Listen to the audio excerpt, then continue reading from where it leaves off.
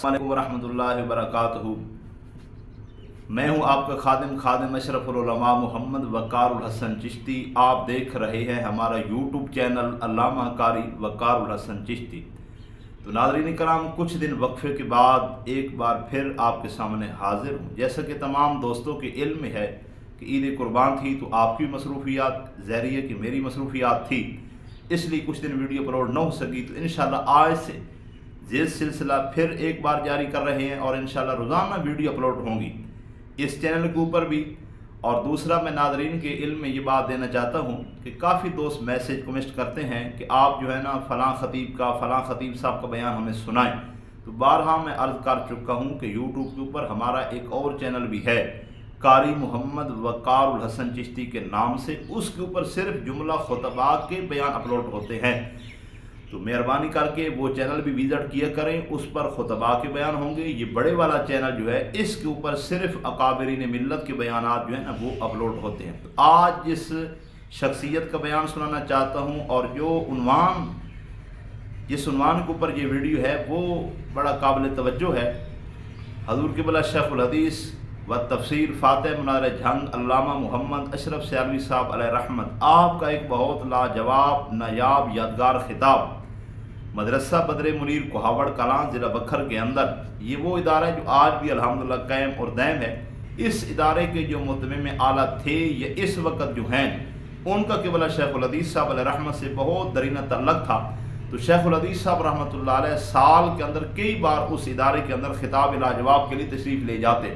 تو یہ خطاب شام حضرت عثمان غنی رضی اللہ تعالی عنہ جو میں آپ کو سنانا چاہتا ہوں، یہ اسی مدرسے کا خطاب ہے۔ جمعۃ المبارک کے موقع پر خطاب کی آپ نے۔ پہلا پارٹ جو ہے یہ صرف شان عثمان غنی پر ہے، جو آپ ضرور آج سنیں گے انشاءاللہ، اور دوسرا پارٹ میں آپ کو جلد سناؤں گا، وہ ہے شہادت حضرت عثمان غنی رضی اللہ تعالی عنہ کے اسباب۔ تو شیخ الحدیث صاحب کا بیان ہو دلائل نہ ہو، یہ ناممکن ہے۔ شیخ الحدیث صاحب کا بیان ہو علم کے اندر اضافہ نہ ہو، یہ ناممکن ہے۔ شیخ الحدیث صاحب کا بیان ہو سن کر ایمان تازہ نہ ہو، یہ ناممکن ہے۔ تو آئیے شان حضرت عثمان غنی قرآن حدیث کی روشنی میں قبلہ شیخ الحدیث صاحب رحمۃ اللہ علیہ کی زبانی سنتے ہیں۔ والصلاة والسلام على افضل الانبیاء والسید المرسلین احمد الحامدین ومحمد المحمودین سیدنا وسید الاولین والآخرین محمد المبعوث رحمۃ للعالمین وعلى آلہ الطیبین الطاہرین واصحابہ الکاملین الواصلین والتابعین لهم بالإحسان إلى يوم الدين۔ اما بعد فاعوذ باللہ من الشیطان الرجیم، بسم اللہ الرحمن الرحیم۔ ولا تقولوا لمن يقتل في سبيل الله اموات بل احیاء ولكن لا تشعرون۔ ولا تحسبن الذين قتلوا في سبيل الله امواتا بل احیاء عند ربهم يرزقون فرحين بما آتاهم الله۔ صدق الله مولانا العظيم وصدق رسوله النبي الكريم الأمين۔ إن الله وملائكته يصلون على النبي يا أيها الذين آمنوا صلوا عليه وسلموا تسليما۔ درود پاک۔ الصلاة والسلام عليك يا سيدي يا رسول الله وعلى آلك وأصحابك يا سيدي يا حبيب الله۔ الصلاة والسلام عليك يا رحمة للعالمين وعلى آلك وأصحابك يا شفيع المذنبين۔ الصلاة والسلام عليك يا قائد الغر المهجلين وعلى آلك وأصحابك يا امام الانبیاء والمرسلین۔ واجب الاحترام بزرگوں اور بھائیوں، جس طرح کے اعلان سماعت فرما چکے کہ یہ تقریب سعید حضور سیدنا عثمان ابن عفان عثمان ذو النورین رضی اللہ تعالی عنہ کی بارگاہ عظمت میں نذرانہ عقیدت پیش کرنے کے لیے اس کا اہتمام کیا گیا ہے۔ تو میں اس مناسبت سے چند گزارشات پیش کرنے کی کوشش کروں گا، لیکن میری کوشش کامیاب اسی صورت میں ہو سکے گی جب آپ حضرات کی دلی دعائیں میرے شامل حال ہوں گی، اور میں امید رکھتا ہوں کہ صرف اب نہیں بلکہ ہمیشہ کے لیے مجھے اپنی دعاؤں میں آپ یاد رکھو گے اور دعاؤں سے نوازتے رہو گے۔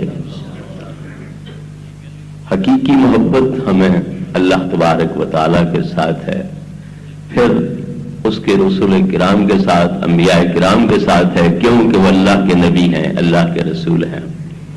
پھر نبی کریم علیہ الصلوۃ والتسلیم کے ساتھ ہے، کیونکہ وہ سب رسولوں سے زیادہ اللہ رب العزت کے محبوب ہیں، اللہ رب العزت کے پیارے ہیں، اس لیے سب انبیاء اور سب رسول سے زیادہ محبوب کریم علیہ الصلوۃ والتسلیم کے ساتھ ہمیں محبت ہے۔ اور آپ کی ہی نسبت سے آپ کے صحابہ کرام علیہ رضوان کے ساتھ اور آپ کے اہل بیت کرام علیہ رضوان کے ساتھ ہمیں عقیدت ہے، نیاز مندی ہے۔ تو محبوب پاک صاحب الاولاق صلی اللہ علیہ وسلم کا ارشاد گرامی ہے، اکرموا اصحابی فانہم خیارکم، میرے صحابہ کی عزت کرو کیونکہ وہ تم سے بہتر ہیں، تم سے افضل ہیں۔ کتنے افضل ہیں، کتنے بہتر ہیں؟ فرمایا کہ تم احد پہاڑ جتنا سونا خرچ کرو، انہوں نے اللہ کی راہ میں اگر آج سیر جموں کا خرچ کیا ہے تو تمہارا احد پہاڑ جتنا سونا ان کے آج سیر جو یا کھجور یا گندم کی برابری نہیں کر سکتے۔ اب آپ اندازہ کیجئے کہ جنہوں نے ہزارہا درہم، ہزارہا اونٹ گھوڑے نبی کریم علیہ السلام کے حکم پر اللہ کی راہ میں پیش کیے ہوں، پھر ان کے اجر ثواب کا اندازہ کیا ہو سکتا ہے؟ آج سے جو کتنے قیمتی ہیں، جس دور میں ایک درہم سے اعلیٰ قسم کی بکری آ سکتی تھی جو آج 12-14 ہزار میں مشکل سے آئے گی، وہ ایک درہم میں آ سکتی تھی، تو وہاں آج سے جو کی کیا حیثیت ہے۔ لیکن حضرت سیدنا عثمان رضی اللہ تعالی عنہ نے اپنی خدا داد وافر دولت کو محبوب پاک کے حکم کی تعمیل میں اللہ رب العزت کی راہ میں قربان کیا، اور نبی کریم علیہ الصلوۃ والتسلیم کو یہ قربانیاں دیکھ کے، یہ صدقات کی سارت دیکھ کے یہ کہنا پڑا، اللہم ارض عثمان فانی عنہ راض، اے اللہ عثمان سے راضی ہو جا کیونکہ میں عثمان سے راضی ہو چکا۔ اپنا حوالہ دیا، میں راضی ہو چکا ہوں، لہذا تو بھی راضی ہو جا۔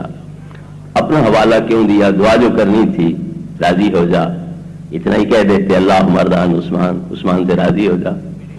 اپنا حوالہ اس لیے دیا کہ تو میری رضا چاہتا ہے اور میں عثمان کی رضا چاہتا ہوں، اس لیے تو بھی عثمان پہ صرف راضی نہ ہو بلکہ عثمان کی رضا کے مطابق عمل کر۔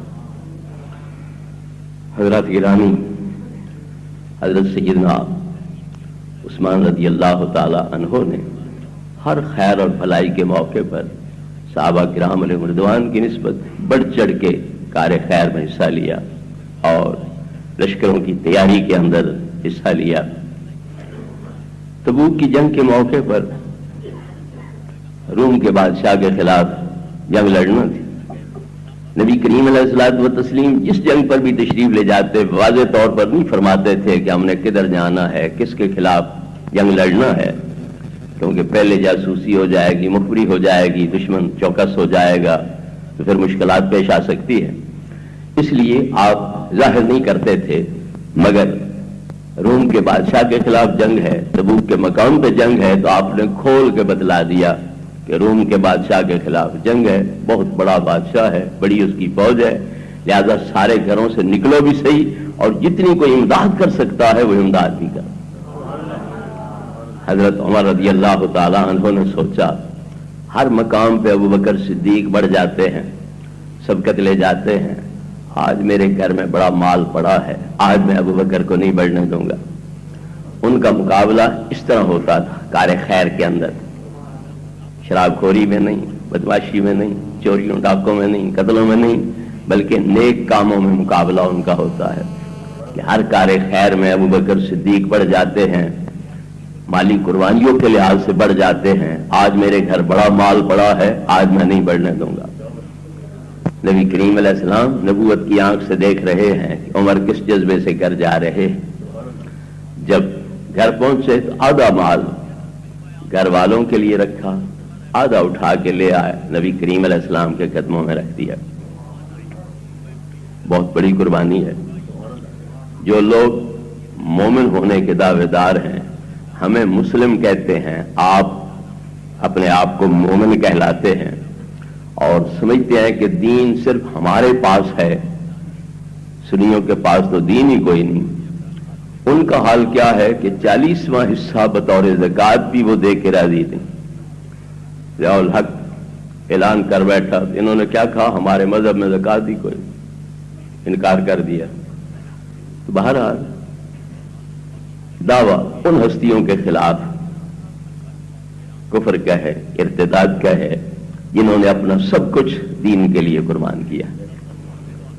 آدھا مال کر رکھا کہ میں بھی جنگ پہ جاؤں گا، پتہ نہیں واپس زندہ آؤں گا کہ نہیں آؤں گا، تو بیوی کی ضرورت، بچیوں کی ضرورت، چھوٹے بچوں کی ضرورت، آدھا مال ان کے لیے رکھ دیا، آدھا لا کے نبی پاک کے قدموں میں رکھ دیا۔ نبی کریم علیہ السلام نے پوچھا، ما آپ کہتے لأہلک، گھر والوں کے لیے کیا بچایا؟ عرض کی آدھا آپ کی خدمت میں پیش کیا ہے، آدھا ان کے لیے باقی رکھا ہے۔ آپ چپ ہو گئے۔ حضرت صدیق رضی اللہ تعالیٰ عنہ جب آئے تو گھر کا سارا اثاثہ اٹھا کے نبی پاک کے قدموں میں رکھ دیا۔ تو محبوب کریم علیہ السلام نے ان سے پوچھا، ما آپ کہتے لأہلک، تم نے گھر والوں کے لیے کیا باقی چھوڑا ہے؟ عرض کیا، اب کہت لہم اللہ ورسولہ، گھر والوں کے لیے اللہ کافی ہے اور اللہ کا رسول کافی ہے، گھر میں دنیا کا مال نہیں چھوڑا، وہ سارا لا کے آپ کے قدموں میں پیش کیا۔ اس وقت نبی کریم علیہ الصلوۃ والتسلیم نے حضرت سیدنا عمر رضی اللہ عنہ کی طرف منہ کر کے فرمایا، بینکما ما بین کلمتیکما، جو تمہارے جوابوں میں فرق ہے وہی تمہارے مرتبوں میں بھی فرق ہے۔ تم کہتے ہو آدھا یہاں لا کے پیش کیا ہے، آدھا گھر والوں کے لیے چھوڑ کے آیا ہوں، اور صدیق کہہ رہے ہیں مال گھر میں نہیں چھوڑا، گھر میں چھوڑا ہے تو اللہ اور اللہ کے محبوب کو چھوڑا ہے، مال آپ کے قدموں میں پیش کر دیا۔ بہرحال جتنا بھی تھا تھوڑا یا زیادہ، دیکھنا یہ ہے کہ وہاں سرکار کے چندہ مانگنے پر، اپیل کرنے پر حضرت صدیق کا رد عمل کیا ہے؟ مانگے نبی پاک تو پھر کوئی شے گھر میں رکھیں، یہ غیرت محبانہ کے خلاف، سب کچھ اٹھا کے آپ کے قدموں میں رکھ دیا۔ حضرت عثمان رضی اللہ تعالیٰ عنہ اٹھے، عرض کی حضور 100 اونٹ بمیں پالان ساز و سامان کے میں پیش کروں گا۔ تھوڑی قربانی، 100 اونٹ پیش کرنا معمولی قربانی۔ محبوب پاک صلی اللہ علیہ وسلم کو عرض کیا، 100 اونٹ بمیں پالان، باقی ضروری ساز و سامان میرے ذمہ آیا، میں پیش کرتا۔ آپ نے پھر چندے کی اپیل کی تو انہوں نے عرض کیا 200 اونٹ بمیں ساز و سامان میں پیش کروں گا۔ پھر چندے کی اپیل کی تو عرض کیا 300 اونٹ مزید میں بمیں ساز و سامان پیش کروں گا۔ آپ اپیل فرماتے رہے، حتیٰ کہ حضرت عثمان نے عرض کیا 940 اونٹ پیش کروں گا اور 60 گھوڑے پیش کروں گا۔ یہ ایک موقع پر حضرت عثمان رضی اللہ تعالیٰ عنہ کو قربانی دے رہے ہیں، 940 اونٹ 60 گھوڑا پیش کر رہے۔ اور شیعہ مورخ ناسخ التواریخ میں تسلیم کرتا ہے کہ ہماری کتابوں کی روایت کے مطابق 200 اونٹ بمیں ساز و سامان کے عثمان نے پیش کیے تھے، یا کچھ روایتوں کے مطابق 300 اونٹ جو ہیں وہ پیش کیے تھے، اور ساتھ 8000 درہم بھی پیش کیے تھے۔ جب ایک درہم کے بدلے بکری آ جاتی تھی تو 8000 درہم اس وقت کتنے قیمتی تھے، 8000 درہم بھی پیش کیے۔ یہ ناسخ التواریخ میں شیعہ مورخ جو ہے وہ تسلیم کرتا ہے۔ ہماری کتابوں کے مطابق 940 اونٹ آپ نے پیش کیے، 60 گھوڑے پیش کیے، اور 1000 دینار سونے کا وہ حضرت عثمان رضی اللہ عنہ نے پیش کیا۔ 4.5 ماشا سونا یہ ہے 1 دینار، 1000 ماشے کا ٹوٹل لگا لو، 1000 دینار کا ٹوٹل لگا لو تو 1000 دینار سونا یہ بھی پیش کیا، اور 1000 جانور جو ہے مجاہدین کی سواری کے لیے وہ بھی پیش کیا۔ سرکار ان دیناروں کو اپنی گود میں لیے بیٹھے ہیں، ہاتھوں پہ جھلا رہے ہیں، اور کیا فرما رہے ہیں؟ ما ضر عثمان ما عمل بعد ھذا، عثمان آج کے بعد کوئی نیکی نہ کرے، کوئی فرض ادا نہ کرے تو یہی آج کی نیکی جو ہے وہ ہمیشہ کے لیے اسے کافی۔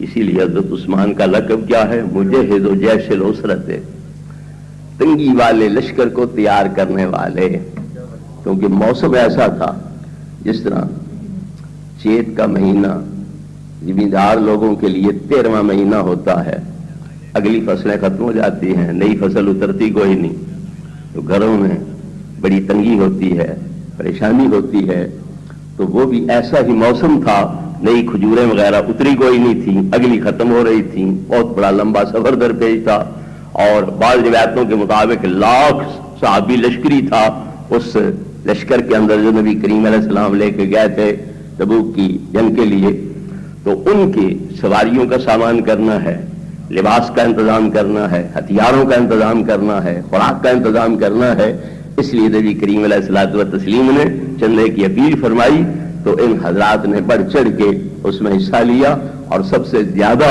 جو قربانی اس موقع پر دی ہے تو حضرت عثمان رضی اللہ عنہ نے دی، اس لیے آپ کو لقب کیا دیا گیا؟ مجہد و جیش الاسرہ، کہ اس تنگی والے موقع پر لشکر کو تیار کرنے والے ہیں تو حضرت عثمان تیار کرنے۔ حضرات گرامی، ہر مشکل وقت میں حضرت عثمان رضی اللہ عنہ مسلمانوں کے کام آئے۔ مدینہ پاک میں میٹھے پانی والا ایک ہی کنواں تھا جس کو بیر روما کہا جاتا، یہودی کی ملکیت میں تھا، اس نے چار دیواری آس پاس بنائی ہوئی تھی، دروازہ تالا لگایا ہوا تھا، لوگ مشکیں مٹکے گڑے لے کے بیٹھے رہتے، وہ نخرے کرتا رہتا، ادھر ادھر پھرتا رہتا، تنگ کرتا، پریشان کرتا۔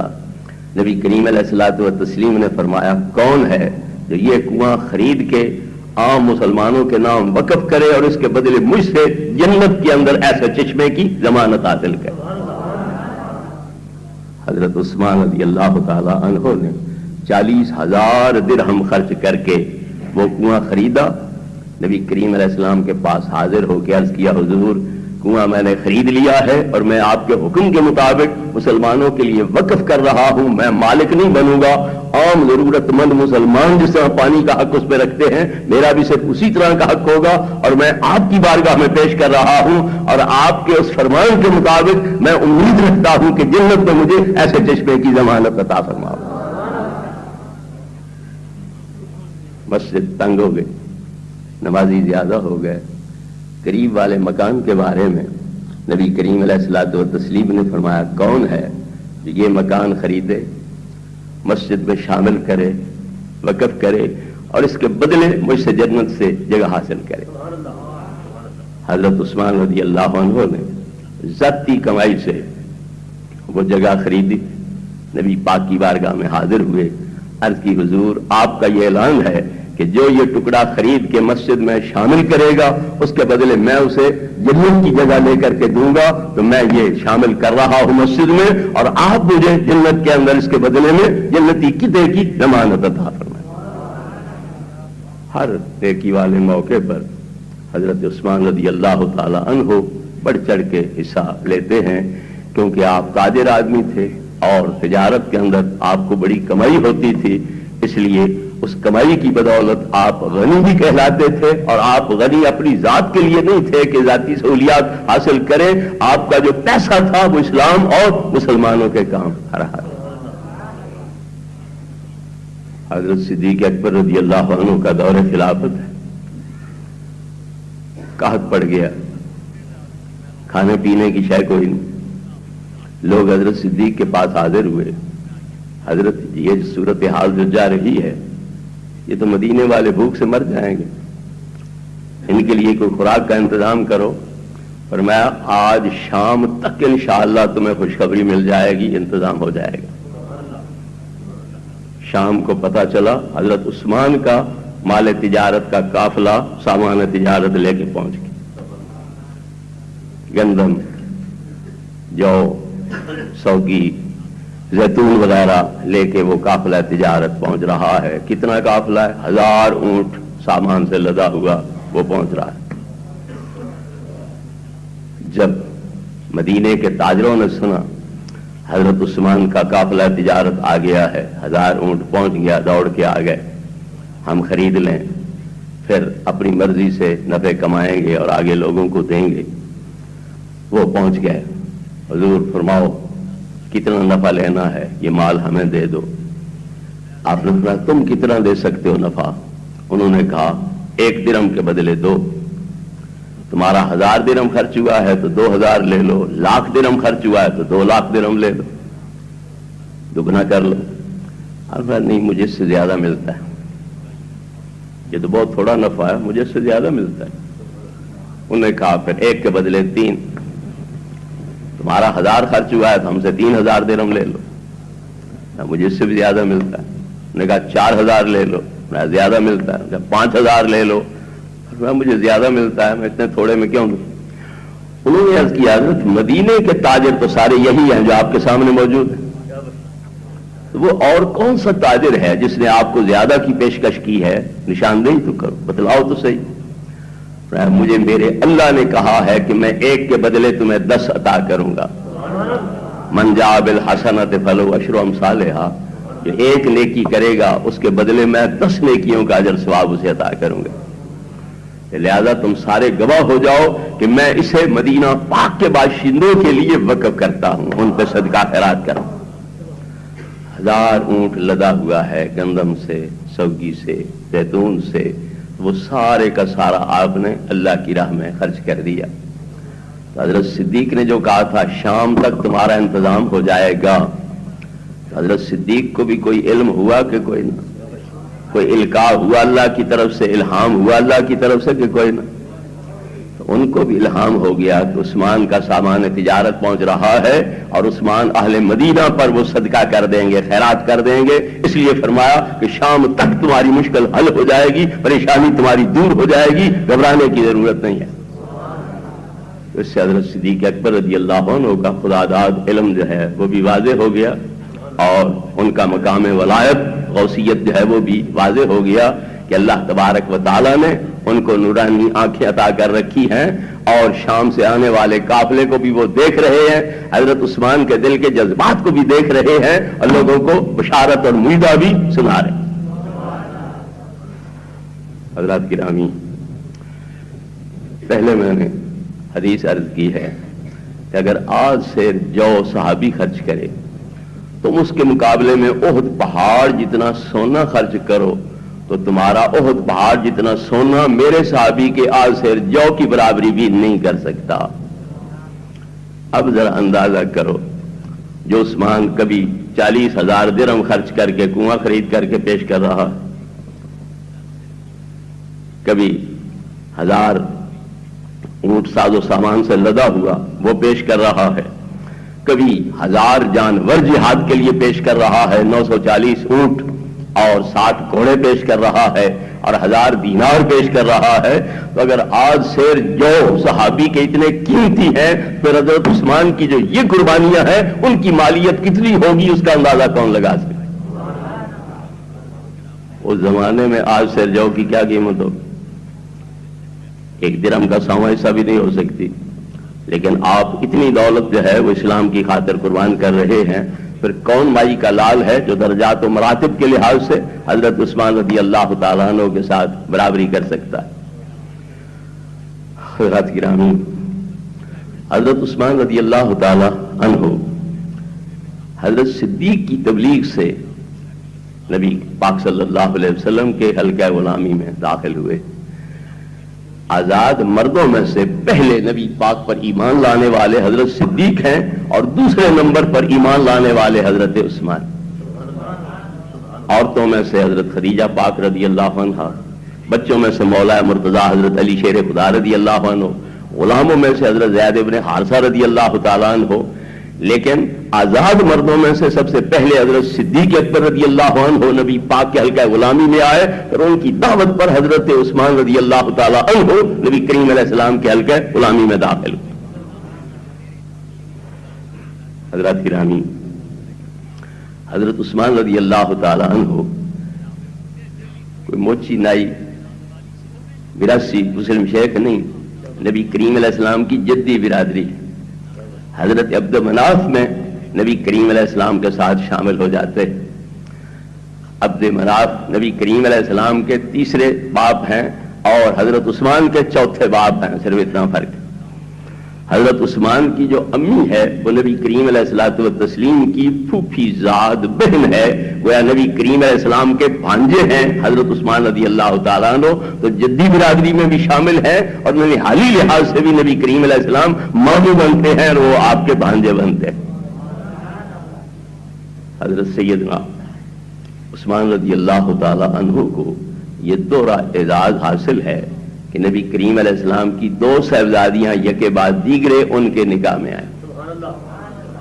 پہلے حضرت رقیہ رضی اللہ عنہا کا نکاح نبی کریم علیہ الصلوۃ والتسلیم نے ان کے ساتھ کیا، جب ان کا وصال ہو گیا تو پھر دوسری صاحبزادی حضرت ام کلثوم رضی اللہ عنہا کا نکاح کیا۔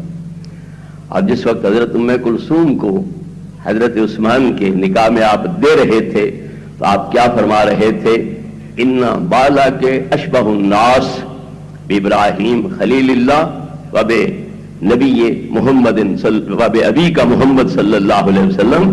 حضرت عثمان تمام لوگوں کی نسبت حضرت ابراہیم کے زیادہ مشابہ ہیں اور تیرے باپ محمد مصطفیٰ صلی اللہ علیہ وسلم کے زیادہ مشابہ۔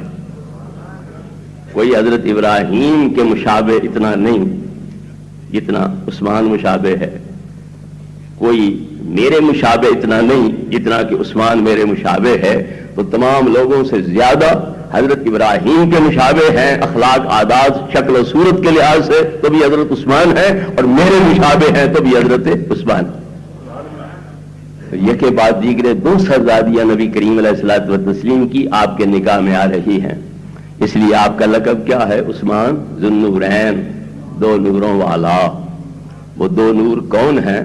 حضرت رقیہ، حضرت ام کلثوم رضی اللہ عنہما، یہ 2 صاحبزادیاں نبی پاک کی 2 نور ہیں، اور حضرت عثمان کی چونکہ بیویاں ہیں تو آپ 2 نوروں والے ہو گئے، اس لیے ذو النورین آپ کا لقب۔ تھوڑا سا اس مسئلے پر بھی غور کر لو، نبی پاک کی بیٹیاں اگر نور ہوں تو پھر آپ نور ہوں گے کہ کوئی نہیں؟ پیدا ہونے والے اگر بدن کی جز ہونے کے لحاظ سے اولاد ماں باپ کی جز ہوتی ہے، اگر پیدا ہونے والے وہ نور ہوں تو پھر جن سے پیدا ہو رہے ہیں جن کی جز ہے وہ کل نور کیوں نہیں ہوگا؟ اگر جزیں ان کی نور ہیں تو کل بھی نور ہوگا، اور یقیناً اعلیٰ طریقے کے وہ نور ہوں گے۔ سارے لوگ ذو النورین کہتے ہیں، جو نبی پاک کے نور کے منکر ہیں وہ بھی ان کو ذو النورین کہتے ہیں۔ تو کبھی سوچا انہوں نے، غور کیا انہوں نے کہ بیٹیاں نور ہو گئیں تو باپ نور کیوں نہیں ہے؟ بیٹیاں تو نور تبھی ہو سکتی ہیں جب باپ نور ہو۔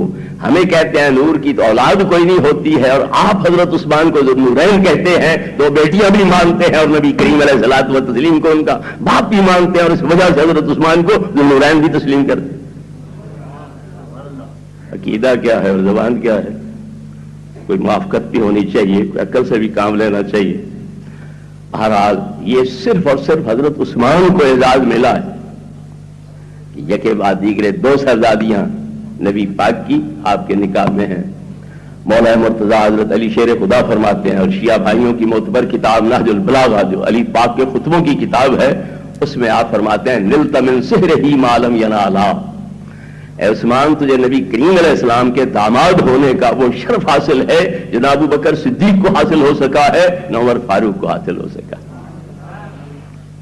جب حضرت عثمان رضی اللہ تعالی عنہ مشرف اسلام ہوئے، حضرت رقیہ کے ساتھ نکاح ہوا، قریش کا کفار جو تھے انہوں نے ظلم اور زیادتیاں کی، تو حضرت عثمان رضی اللہ تعالی عنہ مکہ پاک چھوڑ کے حبشے عیسائی بادشاہ کی سلطنت میں تشریف لے گئے، اور ساتھ ہی نبی کریم علیہ السلام کی صاحبزادی حضرت رقیہ بھی ان کے ساتھ گئی تھی، انہوں نے بھی ہجرت کی اور حضرت عثمان نے بھی ہجرت کی۔ وہ دورے مہاجر ہیں، ایک ہجرت اسلام کی خاطر حبشے کی طرف کر رہے، اور دوسری ہجرت پھر اسلام کی خاطر مکہ پاک سے مدینہ پاک کی طرف کر رہے۔ تو اسلام کی خاطر دوہری ہجرت کا شرف حضرت عثمان رضی اللہ تعالی عنہ کو حاصل ہو رہا ہے۔ کچھ لوگ کہتے ہیں نبی کی بیٹی ہو، امتی کے گھر آئے، کیسے ہو سکتا ہے؟ نبی کی بیٹی امتی کی بیوی بنے، یہ کیسے ہو سکتا ہے؟ عقل کے خلاف۔ تو مولا مرتضیٰ کو وہ نبی پاک کی امت کوئی نہیں مانتی۔ حضرت علی مرتضیٰ رضی اللہ عنہ کوئی اور کلمہ پڑھتے تھے، لا الہ الا اللہ محمد رسول اللہ نہیں پڑھتے تھے، اشہد ان لا الہ الا اللہ و اشہد ان محمد عبدہ و رسولہ نہیں پڑھتے تھے. تو جب کلمہ ان کا یہی ہے، اللہ کی توحید اور نبی پاک کی رسالت کے قائل ہیں، تو پھر حضرت علی پاک بھی امتی ہیں. تو جب وہ امتی ہیں تو ان کے نکاح میں حضرت فاطمہ کیسے آ گئے؟ اگر حضرت علی پاک امتی ہیں تو پھر یہ دعویٰ غلط ہو گیا کہ امتی کے نکاح میں نبی کی بیٹی نہیں آ سکتی. اور اگر حضرت علی پاک امتی نہیں ہے تو اس سے بڑا ظلم حضرت علی کے ساتھ کیا ہو سکتا ہے؟ جس ہستی کے امتی بننے کا اللہ نے نبیوں کو پابند کیا ہے، ان کی امت سے حضرت علی کو نکال دینا، اس سے بڑا ظلم حضرت علی پر کیا ہوگا؟ اللہ نے کیا وعدہ لیا تھا؟ اذا اخذ اللہ میثاق النبیین لما آتیتکم من کتاب و حکمہ ثم جاءکم رسول مصدق لما معکم لتؤمنن بہ ولتنصرنہ. سارے نبیوں کی روحوں کو اللہ نے اکٹھا کیا. جب وہ سارے جمع ہو گئے نبی کریم علیہ السلام کو بلایا، آپ کے نور پاک کو دعوت دی. جب آپ پہنچے تو سب پہ غالب آ گیا آپ کا نور، وہ اندر چھپ گئے، جذب ہو گئے. وہ کہا اٹھے خدایا یہ کس کا نور ہے جس نے ہم پر سایہ کر لیا ہے، ہمیں اپنے اندر چھپا لیا ہے، جذب کر لیا ہے. سارے رات چمکتے ہیں تو دن کو ختم تو کوئی نہیں ہو جاتا، دن کو بھی موجود ہوتے ہیں، لیکن سورج کا نور غالب آ جاتا ہے. ان کی پھر روشنی سورج کی روشنی میں نظر نہیں آتی، محسوس نہیں ہوتی. یہ بلب اب بڑی روشنی دے رہے ہیں اور دوپہر کو جلاؤ تو پھر کیا روشنی ہوگی؟ سورج کا نور جب غالب آ جاتا ہے تو پھر ان کی روشنیاں محسوس نہیں ہوتی ہیں. تو انبیاء علیہ السلام سارے نور تھے، لیکن تاروں کی طرح، اور نبی پاک نور تھے سورج کی طرح. یہ سورج چڑھے تو یہ تارے اس نور میں چھپ جاتے ہیں. تو انبیاء علیہ السلام اس عالم ارواح کے اندر تاروں کی طرح چمک رہے تھے. جب نبی پاک کا آفتاب نور ظاہر ہوا تو وہ سارے آپ کے نور میں پوشیدہ ہو گئے. نور ہے جس نے ہم پہ سایہ کر لیا ہے، ہمیں اپنے اندر چھپا لیا ہے، جذب کر لیا ہے. تو اللہ نے فرمایا یہی میرے محبوب ہیں، آخر الزمان پیغمبر ہیں. میں نے انہی کے لیے عہد لینے کی خاطر تمہیں جمع کیا ہے، اکٹھا کیا ہے. مجھ سے وعدہ کرو، عہد و پیمان کرو کہ میں تمہیں دنیا میں بھیجوں، نبوت رسالت عطا کروں، کتاب وحی عطا کروں، تمہاری نبوت چمکے، رسالت چمکے، لوگ تمہارے حلقہ غلامی میں داخل ہوں، تمہاری حکومتیں قائم ہو جائیں، تمہارے تخت ہواؤں پہ اڑ رہے ہوں، مشرق سے مغرب، شمال سے جنوب تک تمہاری سلطنت قائم ہو، انسان جن چرند پرند درند تمہارے زیر فرمان ہوں.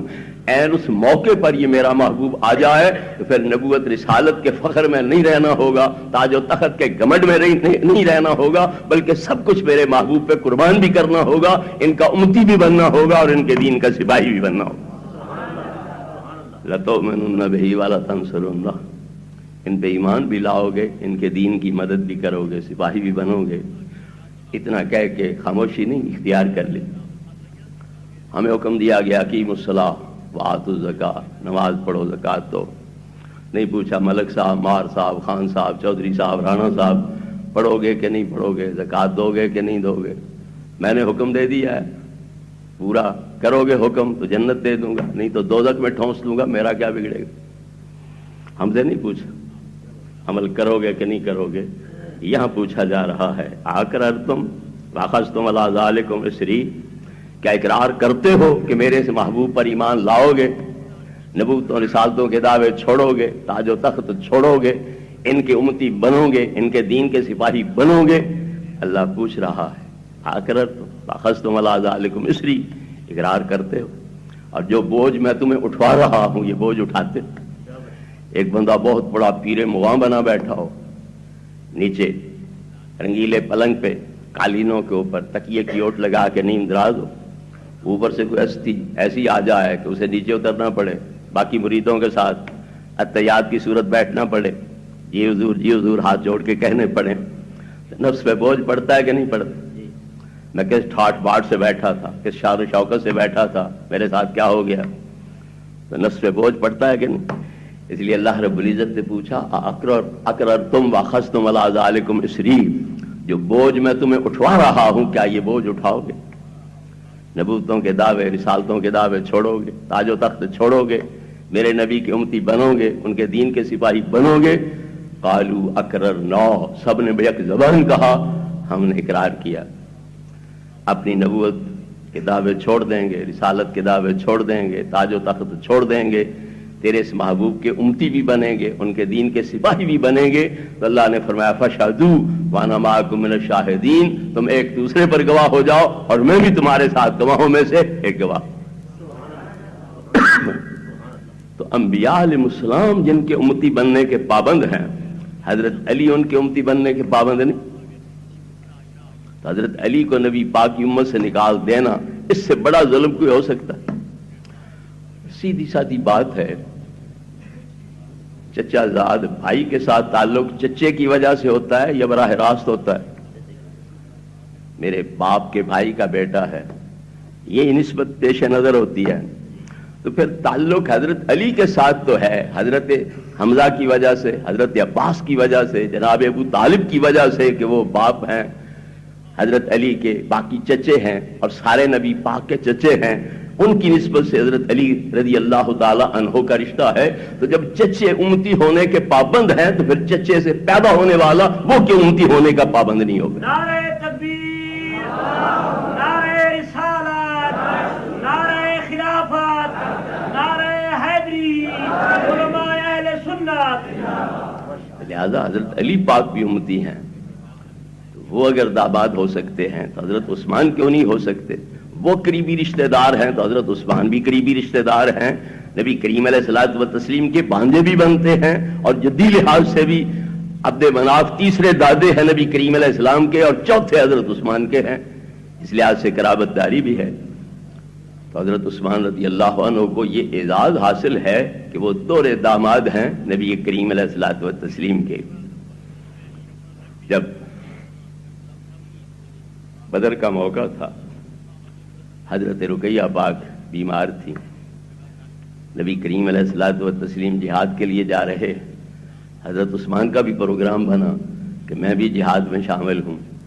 نبی کریم علیہ السلام نے فرمایا تم گھر پہ رہو، میری بیٹی اور اپنی بیوی کی تیمارداری کرو، دیکھ بھال کرو، ان کا علاج معالجہ کراؤ، اور میں ضمانت دیتا ہوں جتنا بدر کے مجاہدوں کو ثواب ملے گا اتنا ثواب بھی اللہ سے لے دوں گا، اور جتنا فتح پانے کی صورت میں ان کو مال غنیمت ملے گا اتنا مال غنیمت بھی تجھے عطا کروں۔ دو ضمانتیں نبی کریم علیہ السلام نے دی، ایک تو جتنا ان کو اجر ثواب ملے گا اتنا اجر ثواب لے کے اللہ سے دوں گا، دوسرا کامیابی کی صورت میں جو کافر مال چھوڑ کے بھاگ جائیں، گھوڑے چھوڑ جائیں، اونٹ چھوڑ جائیں، زریں تلواریں وغیرہ باقی مال دولت جو کچھ چھوڑ جائیں، وہ مجاہدوں کے قبضے میں ہوتی ہے، 5واں حصہ اسلامی خزانے میں چلا جاتا ہے، 4 حصے جو ہیں تو وہ مجاہدوں میں تقسیم ہو جاتے ہیں۔ تو فرمایا مال غنیمت میں سے جو حصہ باقیوں کو ملے گا اس کی بھی میں ضمانت دیتا ہوں، اور جو اجر ثواب ان کو ملے گا اس کی بھی میں ضمانت دیتا ہوں۔ اس طرح پر حضرت عثمان رضی اللہ عنہ کو آپ گھر ٹھہرا کے گئے، تو آپ گھر پہ ہوتے ہوئے مجاہدین بدر میں بھی شامل ہیں، اور جتنا اجر ثواب ان کو ملا آپ کو بھی ملا، اور جو مال غنیمت ان کے حصے میں آیا اتنا حضرت عثمان کو بھی عطا کیا گیا۔ حضرت رقیہ فوت ہو گئیں، حضرت عثمان رونے لگ گئے کہ میرا نبی پاک سے رشتہ ختم ہو گیا، تعلق ختم ہو گیا۔ تو فرمایا عثمان رونے کی ضرورت نہیں، میری دوسری بیٹی ابھی بیٹھی ہے، میں اس کا رشتہ تجھے دے دیتا ہوں۔ حضرت ام کلثوم رضی اللہ عنہا کا رشتہ سرکار نے حضرت عثمان کو دے دیا۔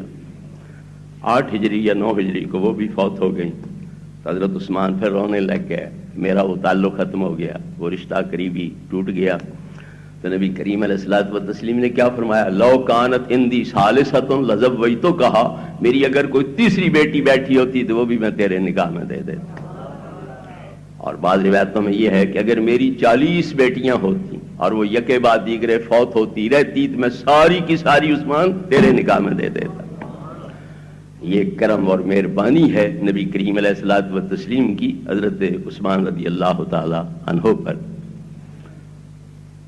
نبی پاک صاحب الاولاق صلی اللہ علیہ وسلم حضرت صدیق، حضرت فاروق، حضرت عثمان سمیت احد پہاڑ پہ تشریف لے گئے۔ اگرچہ پہاڑ کی ہمارے دیکھنے میں آنکھیں کوئی نہیں، کھوپری کوئی نہیں، مغز کوئی نہیں، سوچ نہیں سکتا، دیکھ نہیں سکتا، سن نہیں سکتا، لیکن حقیقت میں ہماری نسبت ان میں دیکھنے سننے کی بھی زیادہ صلاحیت ہوتی ہے اور سوچنے سمجھنے کی بھی زیادہ صلاحیت ہوتی ہے۔ جب پہاڑ پہ قدم رکھا ان پاک ہستیوں نے تو پہاڑ خوشی سے جھومنے لگ گیا۔ کہاں میں کمینہ، کہاں یہ اللہ کے محبوب، اور یہ میری چوٹی پہ قدم رکھ کے اسے عرش کی بلندی عطا کر رہے ہیں۔ خوشی سے جھوم اٹھا، رقص کرنے لگ گیا، بڑے بڑے پتھر ٹوٹ ٹوٹ کے نیچے گرنے لگ گئے۔ نبی کریم علیہ الصلوۃ والتسلیم نے پاؤں کی ٹھوکر ماری اور فرمایا اسکن احد فإنما علیک نبی وصدیق وشہیدان، اے احد پر سکون ہو جا، تجھ پر ایک نبی کی ذات ہے، ایک صدیق کی ذات ہے، اور 2 شہیدوں کی ذاتیں تجھ پر موجود۔ نبی کریم علیہ الصلوۃ والتسلیم نے حضرت ابو بکر کے بارے میں بتلایا کہ صرف اوپر اوپر سے کلمہ پڑھنے والا نہیں، بلکہ اس کے دل میں اور اس کے بدن کی رگ رگ میں میری نبوت اور رسالت کی تصدیق بھی رچی بسی ہے، اور اللہ کی وحدانیت کی تصدیق بھی رچی بسی۔ اور ساتھ یہ بھی بتلایا کہ حضرت عمر بھی اللہ کی راہ میں جان دیں گے، شہادت پائیں گے، اور عثمان بھی اللہ کی راہ میں شہادت پائیں گے اور اس طرح جان دیں گے۔ ماذا تکسب غدا، کل کوئی کیا کرے گا، کس حال میں مرے گا، کفر پہ مرے گا، اسلام پہ مرے گا، تقوی پرہیزگاری پہ مرے گا، فسق و فجور پہ مرے گا، شہادت کی موت ہوگی یا ظالمانہ موت ہوگی۔ تو نبی کریم علیہ السلام اللہ کی عطا سے جانتے ہیں کہ حضرت عمر اور حضرت عثمان رضی اللہ تعالی عنہما یہ ایمان پر قائم اور دائم رہیں گے، اور ایمان کی حالت میں ہی ظلماً یہ قتل کیے جائیں گے۔ اس لیے فرمایا 2 شہید جو ہیں ان کی ذاتیں تجھ پر موجود ہیں۔ کسی کے بارے میں یہ جاننا ماذا تکسب غدا، یہ کل کیا کرے گا، قتل ہوگا یا بستر کی موت مرے گا، ایمان پر مرے گا یا کفر پہ مرے گا، یہ غیب کی بات ہے کہ پتا چلا اللہ کی عطا سے۔ بات صرف اتنی تھی کہ اللہ کی عطا سے کوئی دوسرا غیب جان سکتا ہے یا نہیں، تو جھگڑے والی بات ہی کوئی نہیں تھی۔ بذات خود کوئی نہیں جان سکتا، اللہ کی عطا سے جان سکتا۔ جھگڑنے کی کیا ضرورت تھی، مناظروں کی کیا ضرورت تھی، ایک دوسرے کے خلاف نفرت کی کیا ضرورت تھی؟ اللہ کی عطا کے بغیر کسی چیز کا علم نہیں، اور اس کی عطا سے پوری کائنات کا علم آ جائے کیا فرق پڑتا؟ ملک الموت کو بھی تمام جانداروں کا پتہ ہے، سمندر کی مچھلیوں کا بھی،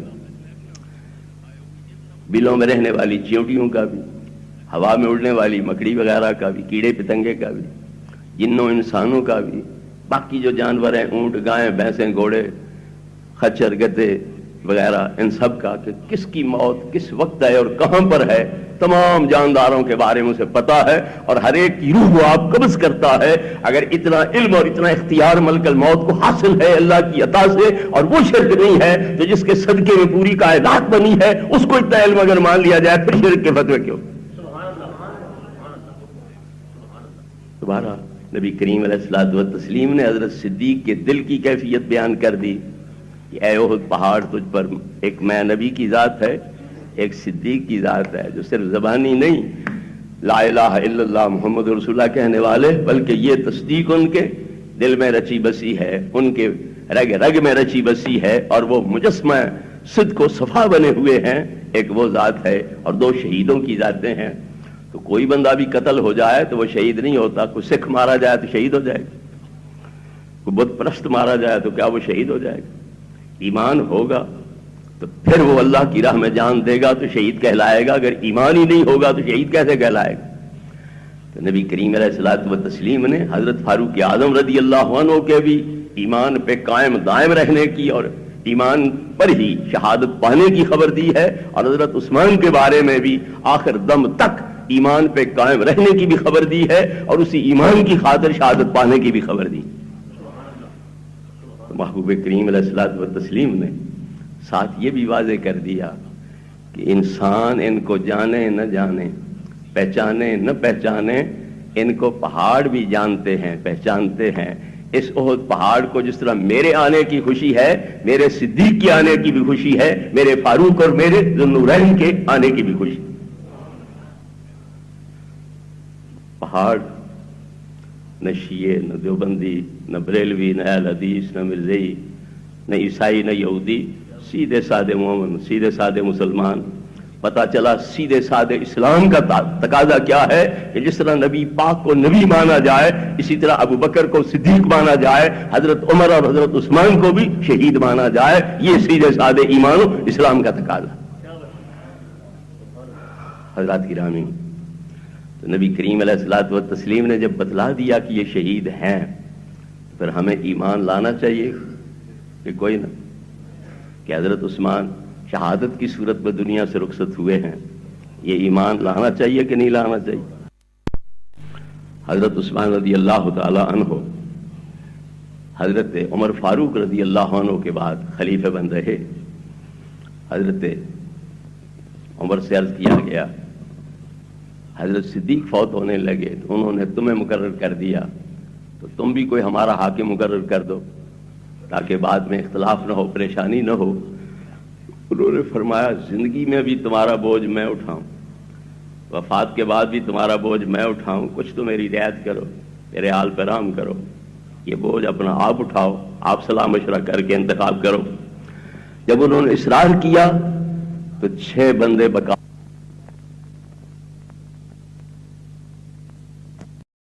ناظرین کرام، میں امید کرتا ہوں آج کا بیان جو میں نے آپ کو سنایا، یقین مانیں کہ آپ نے مکمل سنا ہوگا اور میرے لیے بھی دعا کی ہوگی اور آپ کے علم کے اندر اضافہ بھی ہوگا، اور شان صحابہ خصوصاً شان عثمان غنی پاک رضی اللہ تعالی عنہ سن کر ایمان آپ کا جگمگا اٹھا ہوگا۔ تو اگر آپ کو آج والا یہ بیان پسند آیا تو ضرور کمنٹ کے اندر اپنی محبت کا اظہار کیا کریں، ہمارے اس چینل بڑے کو فالو، لائک، سبسکرائبر، شیئر کیا کریں اور دوستوں سے اظہار محبت کیا کریں، اور دوستوں کو بھی آگاہ کریں کہ یہ چینل ہے جس کے اوپر شیخ الحدیث صاحب کے باقی کابرین ملت کے بیان اپلوڈ ہوتے ہیں، اور ہمارا دوسرے والا جو چھوٹا چینل ہے اس کا وزٹ بھی لازمی کیا کریں۔